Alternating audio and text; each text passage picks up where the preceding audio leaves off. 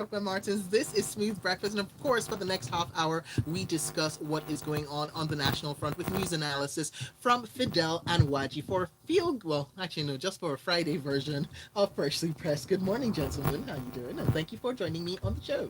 Good morning, Shopper. Good morning, Wati. Good morning, Lagos.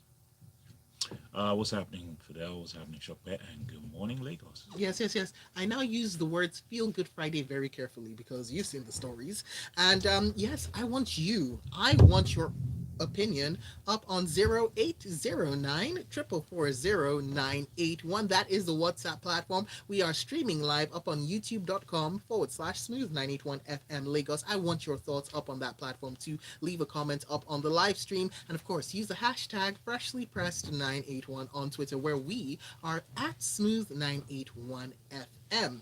Okay, so let's get into the stories. And the first one that we have comes in from This Day newspaper. Gunmen burned down Soludo's LGA secretariat. Now, this was unidentified gunmen wielding automatic rifles on Thursday evening, burning down Aguata local government area secretariat at Ekulobia. And this comes after the governor had previously called for a dialogue with all armed groups, and on Wednesday had actually released 15 names of the committee members who would spearhead the peace process, both in Anambra and the southeast. And Fidel, could you give us the details of this story and what you think this means for the situation in the state?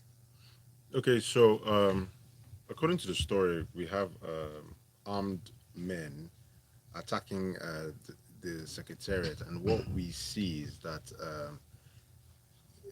these guys have a lot of gunpowder, and it's something that maybe might have been too much for the police, because the story says it required military presence, and it's not the kind of news you want to hear, especially when the governor has called for dialogue and set up a 15-man panel to sort of, or let me say 15-man committee, to sort of um, bring about this bring peace to that region and ensure that whatever it is that is upsetting whatever groups, there's some sort of resolution, and people are putting down their weapons. But my problem or my worry here is when we have soldiers having to come into these kind of situations. If you go down the story, you see an eyewitness saying that the soldiers just started arresting people who were around that area, and this is obviously after these gunmen have left After this, the fact. the scene. So where do we place this? Are these IPOP members? Are these just maybe enemies of the Soludo administration? Where do we place these guys? I want to know. The police hasn't said much yet. All they can say is, oh, they're investigating. They're investigating. And while this is still developing, I want to hope, because from the story it doesn't seem like there's been any casualties. So was this like a trial, like a show of power? It's there's a lot of questions here. So let's see what the investigations bring to the fore. Yes, because with information is where we can then start to proffer solutions. Now, this this one comes in from the Guardian newspaper. Nigeria train attackers release hostage video. Now, this is a gunman, well, terrorists who attacked a train in northwest Nigeria. On That's the Abuja Kaduna train, and killed 8 people. They've released a video of a bank executive who was among a number of passengers that were taken hostage during the assault. Now, the video posted online shows the CEO of Nigeria's Bank of Agriculture, flanked by 4 masked men in military uniform, facing the camera, calling on authorities to meet his captors' demands for the release of other hostages who are, and I'm quoting this, in a dire situation. Now, family members did actually confirm that Ali Hassan had been released by the gunman on Wednesday and that it was him in the video. Now, Wachi, please, I would love to get your thoughts on this. Well, it's a couple of things, and I think you've addressed it. And I think the question is two things. One, thankfully, this individual has been released, and his family have confirmed that this individual was released. This is the CEO of this particular Bank of Agriculture.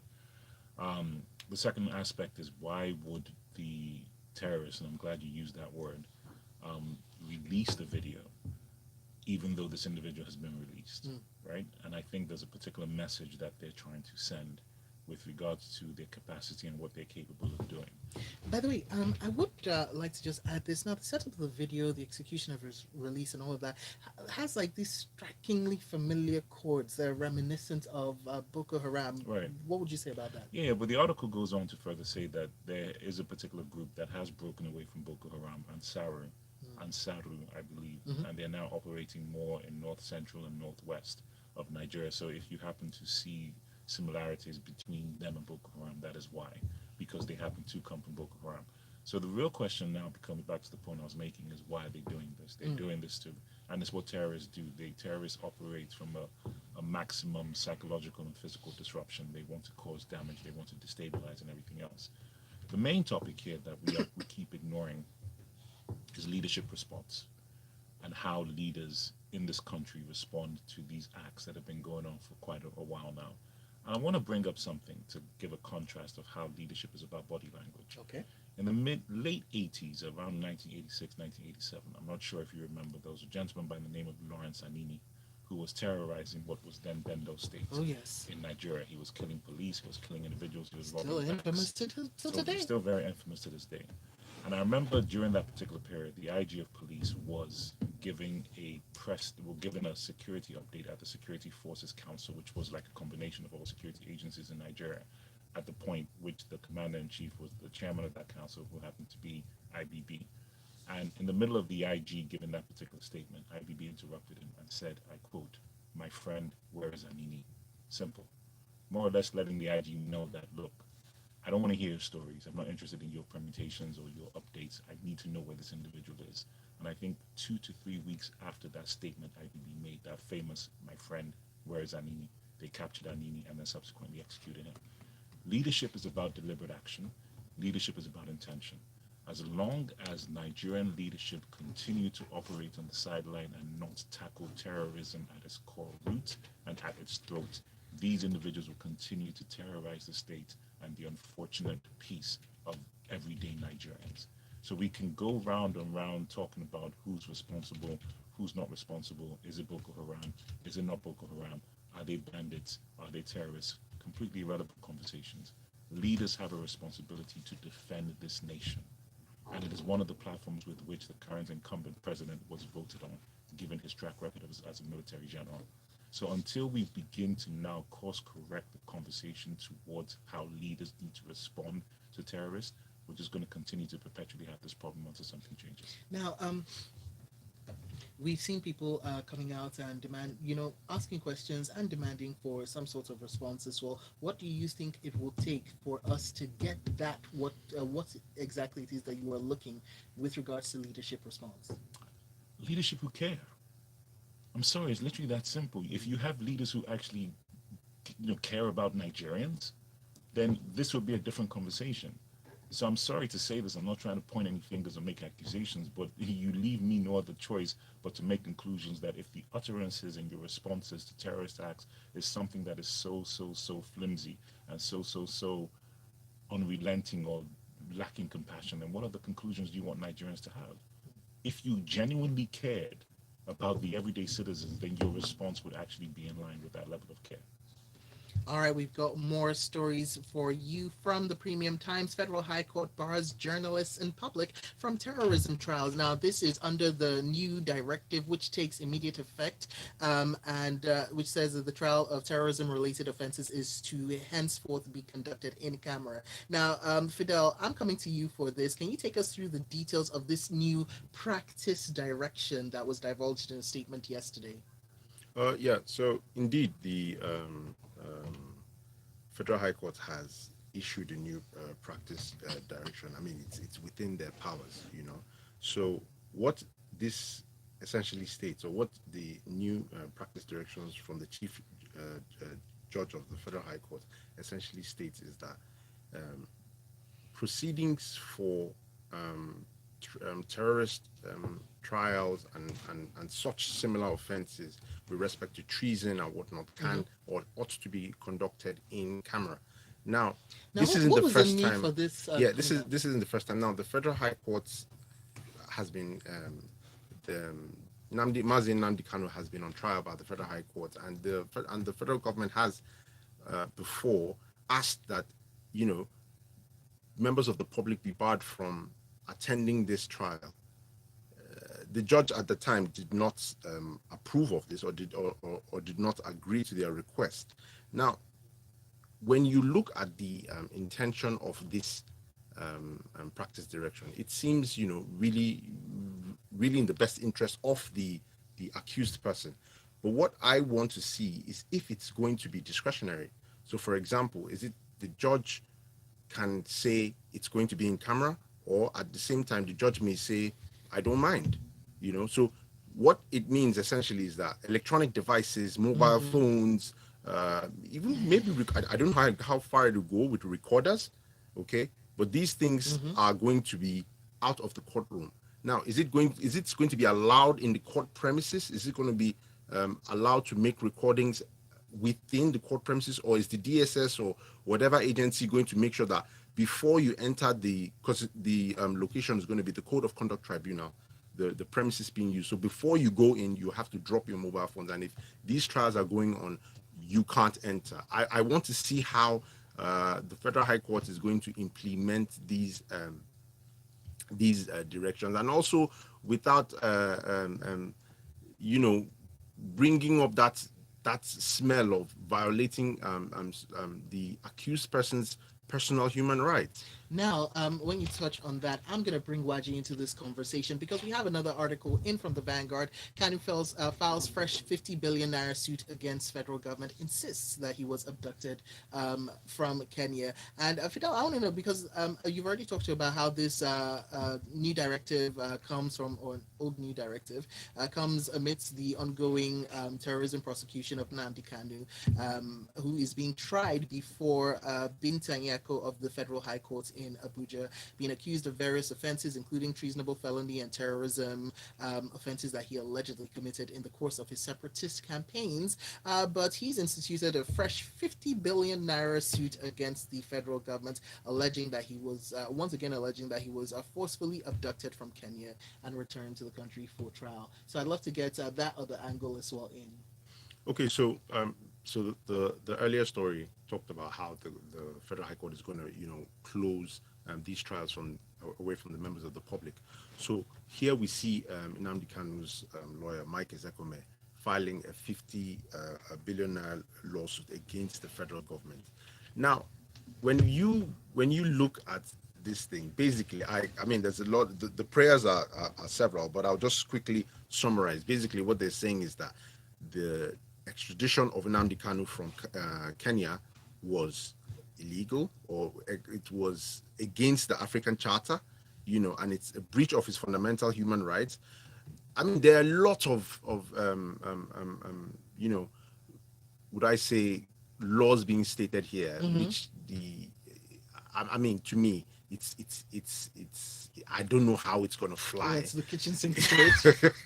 I don't know how it's going to fly, because we've seen these kind of cases in the past. Sometimes I don't want to say.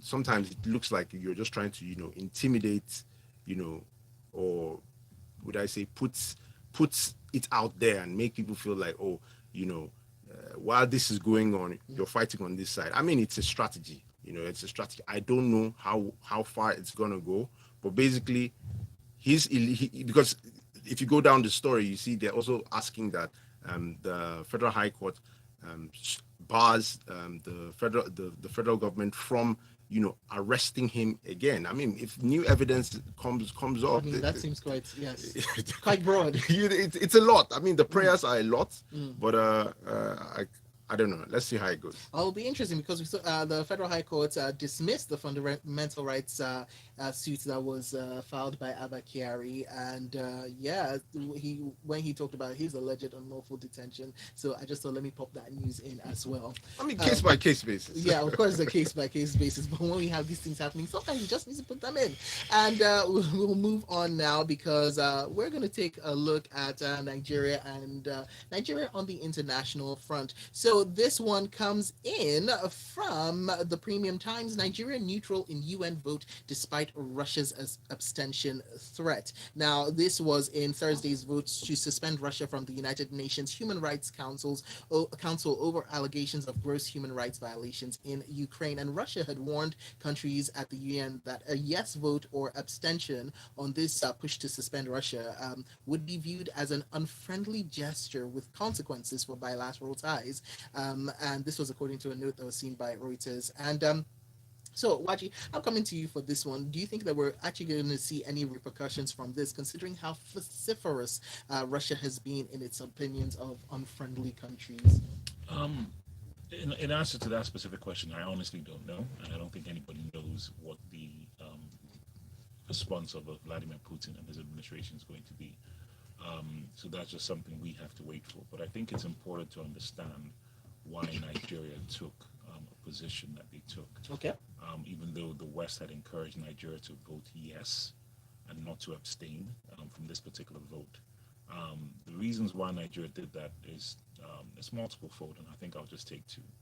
The first being is that Nigeria does have a policy of non-alignment. We've had that policy since the um, Muritala Mohammed administration in the 70s, where we do not necessarily align with any world power when it comes to foreign policy issues, that we would either abstain or we would vote within Nigeria's best interest. So this particular vote on whether or not Russia should be removed from the Security Council was based on Nigeria's viewpoint of its best interest, which is to abstain, not to say yes and not to say no. That's one level. The second level, which is more or less like trying to straddle the fence, which is coming from the tone of, we have to appreciate our current relationship with Russia when it comes to bilateral trade versus our relationship with the United States when it comes to bilateral trade. And when you look at it statistically, we actually do more business with Russia than we do with the United States. Russia happens to buy more of our natural resources than the United States does at this current moment. So it actually, if you look at it theoretically, benefits Nigeria to abstain and not necessarily have such a forceful no when it comes to the Russia vote, but at the same time not supporting Russia in the invasion that they happen to participate in when it comes to Ukraine. So it's a political ploy and a political play that Nigeria is using diplomacy to approach. One from a very well-known over 40-year-old policy, which is not to have a non-alignment policy with any world power when it comes to these issues, and then at the same time to more or less sit on the fence, primarily because of the relationship, current business relationship and bilateral relationship we have with Russia versus the Western world. Now we sealed a pact to foster bilateral relations in the areas of agriculture, oil and gas, and Exactly. security equipment sectors as well. So it'll be interesting to see how this plays out. Now, taking a look at the next article, and I'm going to stick with you for this one, Waji. Mm-hmm. Guardian News: Federal government to finance 2022 budget deficit with new borrowing. Now, President Buhari has written to the House of Representatives seeking an increase in the 2022 budget deficit to be financed through borrowing from the domestic market, citing, and I quote, "The new development both in the global economy as well as the domestic economy has necessitated the revision of the 2022 fiscal framework on which the 2022 budget was based." So now we will see the total budget deficit projected to increase from 965.42 billion naira, 7.35 trillion naira. Waji. I mean, Shakwe, that is the story. Really, that is it. And I just want to comment on it with this wonderful analogy. There's this book called The Miseducation of the Negro by Carter G. Woodson, written sometime in the 40s or 50s. It talks about, from the African American perspective, as to how black people perceive themselves. And I just want to give this analogy because you can kind of akin it to Nigerians. It says that when a Negro doesn't find a back door, because they've been so used to going through the back door, even when there isn't a back door, and going through the front is more preferable, they will cut out a back door for their own purpose. Nigeria is going to borrow because, frankly speaking, that is all we know to do. Even though it might be easier to be a bit more creative and innovative with generating revenue so that we don't have to borrow, but the simple thing, and the not even simple thing, is just the thing that we are used to pushes us towards saying, you know what, let's just go borrow because, frankly speaking, why not? We could care less about how it may possibly, in a very strong way, bankrupt Nigeria in the future. But in the near to immediate term, as long as their creditors are ready to give us money so that we can continue to use it to fund government, then so be it. And that's exactly where we are. We're not even trying. We're just behaving like Negroes. Wow. Well, people, let's see to what he had to say. I've got your messages up on youtube.com/smooth981 FM Lagos, and of course up on WhatsApp and Twitter, hashtag freshlypressed981 on Twitter, and send WhatsApp messages into 0809 440 I'll be reading them out in just a moment. You first bank. You first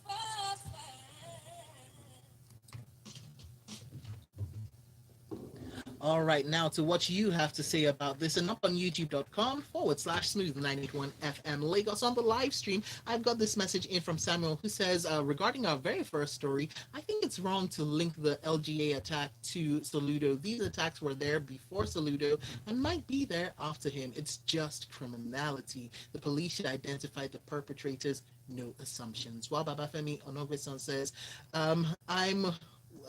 what kind of country is this? Suspended Abakari filed a suit against the NDLEA. Seriously, someone that was caught. All right. And going over to WhatsApp now, let's see what you have to say on that platform. So we have this one in from Joseph, who says, are we saying no technology can give locations of where the calls and videos are from?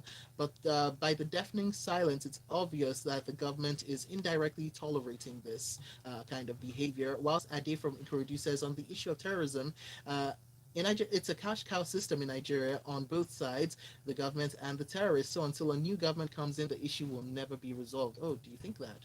All right. And we have got this one in from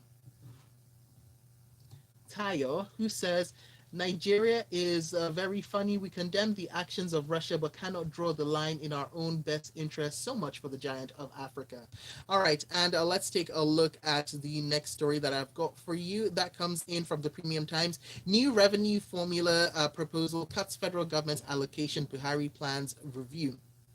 So the Revenue Mobilization Allocation and Fiscal Commission has recommended an increase in the amount of centrally collected revenue shared to states and local government areas and a reduction to what goes to the federal government. Fidel, I'd love to get your take on this. This is a story about how we share the money again. So basically, what the Revenue Mobilization Allocation and Fiscal Commission is proposing, or what they have proposed to the executive, is simply to reduce how much of these monies or this revenue is given to the federal government and sort of increase what goes to the FCT and the components, that's the state governments as well as the local government. However, I worry. I worry. It's going, this recommendation is going to go to the executive and then it's going to go to the legislature before it becomes law, or before it has any backing or any power. And quite frankly, I don't know how fast this can be implemented. More so, it's our resources are already dwindled, and just like what he said, you're just simply deciding to share what is already existing, which is not enough. I think the concern should be how we can generate more. Fine, we've had calls for reducing how much goes to the federal government, and I think the crux there should be responsibility rather than revenue. So in other words, the revenue is still going to the federal government. It's just how the federal government is going to share it. But the call here is for these responsibilities to move to the state government. Let the state governments be more innovative enough to generate more. Then, however, how it's going to be shared is going to be, when we cross this bridge of how it's being generated, how the money is being generated, and what are these monies we're still talking about? Anyway, it's still taxes from customs and then crude oil. So there's nothing new so being is this generated. just an obfuscation of the a story that we need to be looking at, which is internally generated revenue from the states? Indeed. So it's not. We're not seeing the states still do anything. The states are just going to get more. States that haven't been able to generate so much are still just going to get more. So I don't know what it's really going to do. It's a Friday. Let's not overflog it. Okay. It is a Friday, and let's take a look at the final story for Friday morning. Do remember, you can keep sending your messages in up on YouTube, up on WhatsApp, and up on Twitter as well. Now, the Lagos State government on Thursday named MC Oluomo as the chairman of the newly constituted Parks Management Committee, weeks after state officials debunked news of the appointment. I don't know what to say about this, so I'm just going to leave that to you, Aji. Well, we saw this coming. I think you covered this earlier in the week with Mr. C, and it was pretty much going towards this direction because there was no way NURTW was going to operate as an entity in Lagos State after MC Olomo had pulled out, and with the infrastructure and administration that he had, there was no way that you were going to have another Lagos chapter that he was not in charge of. So it's inevitable that Lagos State has now capitulated towards creating a parks and administration, I'm not even sure of the name, group entity to now oversee what the NURT Lagos chapter was doing. So there should be no surprises. Everybody saw this coming from the very first day when this whole kerfuffle took off. So I'm not shocked, and nobody should be shocked. And let's just see how it plays out. All right, and there we have it. So Habib from Surulere says, he goes on to say, on what platform did the train attackers release the hostage video online? Was it on a social media platform? Was it on YouTube? Was it on Vimeo? Please. And Tayo says, shout out to MC Olomo with Hakeem Odumosu and co under him. Delay is not denial. Go Lagos. Mm-hmm. And more messages are coming in. Joy, I did see your message up on YouTube. Of course, you can always listen to us live on smooth981.fm as well if you are not in your car. Whilst Joseph says, MC Oluomo, really, he's the only one that can do the work? So we go and create a new agency, Nigeria by Nigeria. And that is all we've got time for. Do make sure you continue the conversation with the analysts up on Twitter. You can, in fact, up on social media, let me put it that way, because I know the corporate MC is on Twitter and Instagram. I don't know where else you are, Waji, but I know that's pretty much it. Okay. He's at the corporate MC, corporate spelled with a K. Whilst Fidel is at Izotene on Twitter and Instagram. Yeah, so Izotene on Twitter and Grand_Caddy. Oh, I remember that. At Grand Caddy on Instagram. And of course, we are at Smooth981FM on Twitter, at Smooth981 on Instagram. And you can always find me. Shopper Martins is my name online. That is that coming up. It is Sports Talk Inside the Locker Room, and we're trying something different. It's going to be fun. A lot more space for calls, so make sure you join us then. First bag. Thank you, people. No problem. I have to run. I hope you have a restful weekend. Yeah, I'm Try to rest. All right, guys. Thank you, Shopper. Thank you so much, gentlemen. Enjoy your weekend.